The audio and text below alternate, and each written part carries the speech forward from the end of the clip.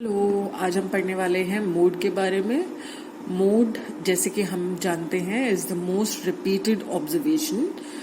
अगर हमें एक सेट ऑफ नंबर्स गिवन है and we have to find out its mode, तो जो नंबर या जो ऑब्जर्वेशन सबसे ज्यादा बार आ रही होगी, सबसे ज्यादा रिपीट हो रही होगी या जिसकी फ्रीक्वेंसी सबसे ज्यादा होगी, that observation will be the mode. So mode की डेफिनेशन अगर हम दें तो we can say that mode is the most repeated observation या जिसकी फ्रीक्वेंसी सबसे ज्यादा होगी, है ना। फ्रीक्वेंसी मतलब कितने ज्यादा बार वो अकर कर रहा है। Now suppose if you are given a few numbers like this, इसमें हमें मोड पता लगाना है, तो हम क्या करेंगे, will see how many numbers are there.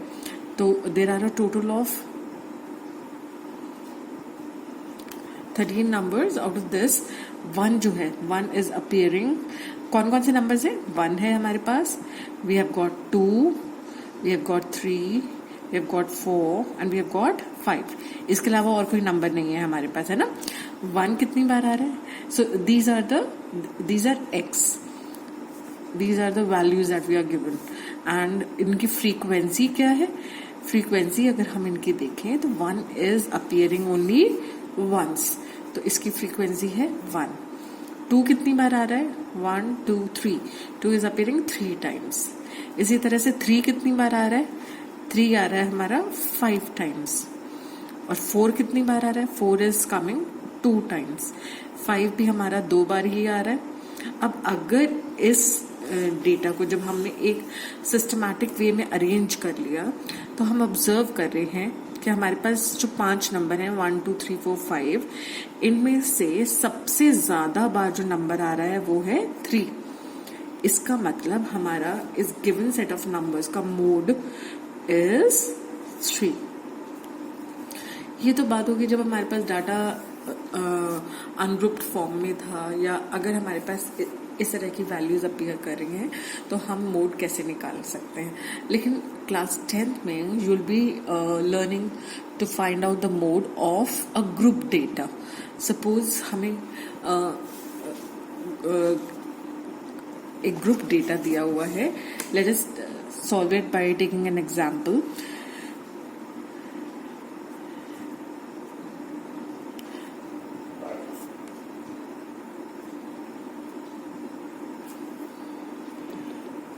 Like suppose हमें एक क्वेश्चन दिया हुआ है जहां पे एक ग्रुप डेटा है। The class intervals are as follows and frequency is given like this. 0 to 10 के बीच में 3 नंबर्स हैं, 10 to 20 के बीच में 5 हैं, 20 to 30 के बीच में 6 नंबर्स हैं, 30 to 40 के बीच में 7 नंबर्स हैं, 40 to 50 के बीच में 3 नंबर्स हैं। ठीक है। And if you have to find out the mode of this group data, तो मोड का फॉर्मूला है, mode is given by L plus F1 minus F0 upon 2F1 minus F0 minus F2 into H। अब यहाँ पे जो L है, L is the lower limit of the modal class. मैं अभी आपको सारा एक्सप्लेन करूंगी स्टेप बाय स्टेप, बट अभी मैं आपको ये जो आपके फॉर्मूला के अंदर टर्म्स आ रही हैं उनको एक्सप्लेन कर रही हूँ।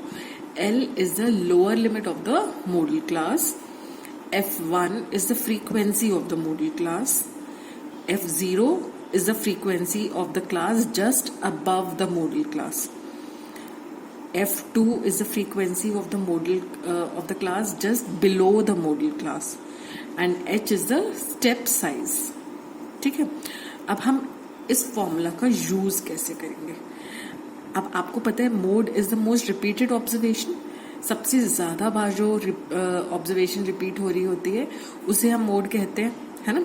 अब अगर हम इस टेबल को देखें तो इस टेबल में सबसे ज्यादा जो आपके पास ऑब्जर्वेशंस हैं वो इस क्लास इंटरवल के अंदर लाई करते हैं। So this class interval is our modal class. अब देख रहे हैं इनमें, इन सारे फ्रीक्वेंसीज में सबसे ज्यादा फ्रीक्वेंसी ये है ना। तो इसलिए ये जो क्लास इंटरवल है, this is the modal class. और ये जो मॉडल क्लास है इसकी lower limit, this is the upper limit and this is the lower limit. तो लोअर लिमिट क्या है इस मॉडल क्लास की? 30। तो L की जगह will put 30। L is the lower limit of the modal class. Let me right it down for you. L is the lower limit of model class. F1 क्या है? F1 is the frequency of the modal class. F1, this is F1 है ना? तो F1 is the frequency of the modal class. F0 is the frequency of the class just above the modal class। तो model class के just above ऊपर कौन सी है? ये। So this is F0 and F2 क्या है? F2 is the frequency of the class just below the modal class। तो model class के एकदम नीचे कौन सी क्लास है? ये। सो इसकी फ्रीक्वेंसी F2 कहलाएगी। और H is the step size. तो आप देखेंगे स्टेप साइज कितने का है? 10। हर इंटरवल के बीच का difference is called the step size. तो स्टेप साइज इज 10। अब हम यहाँ पर वैल्यूज पुट करते हैं।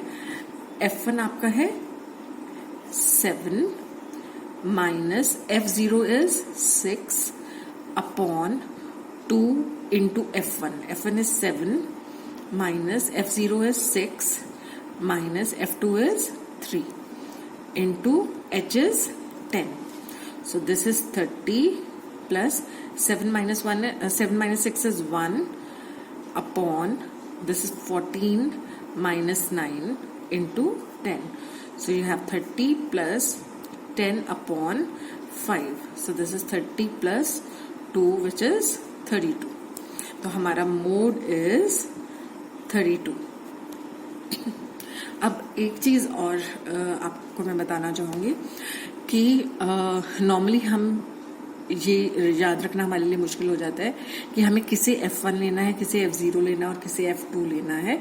तो इसको मैं जैसे रिलेट करती हूँ मैं उस तरह से आपको बताती हूँ। जैसे हम प्रेजेंट कहते हैं ना, your present should be your first priority, है ना। और जो पास्ट किया वो बीत गया तो उसकी वैल्यू क्या हो गई? 0 हो गई। और जो फ्यूचर आ रहा है that should be your second priority.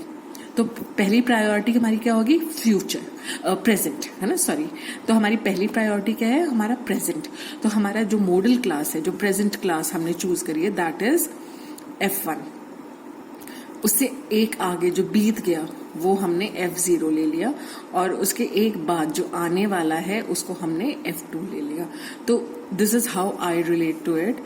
तो आप अपनी कहानी अलग बना सकते हैं इसको रिलेट करने के लिए, बट मुझे जो याद रखना जैसे इजी लगता है वो ये है कि मैंने जो हमारी मॉडल क्लास है उसको, that is the present class that we are dealing with, तो उसकी फ्रीक्वेंसी को मैं F1 मानकर चल रही हूँ। और जो उसके बाद आनी है फ्यूचर मतलब जो आना है, जो उसके बाद आनी है that is F2, that should be our second priority. और जो बीत गया, जो इससे पहले था, जो बीत गया दैट इज 0, उसकी वैल्यू अब 0 है। पास्ट क्योंकि अब मायने नहीं रखता जैसे, है ना, उस तरह से, इसलिए उसको मैंने F0 से रिलेट करा है।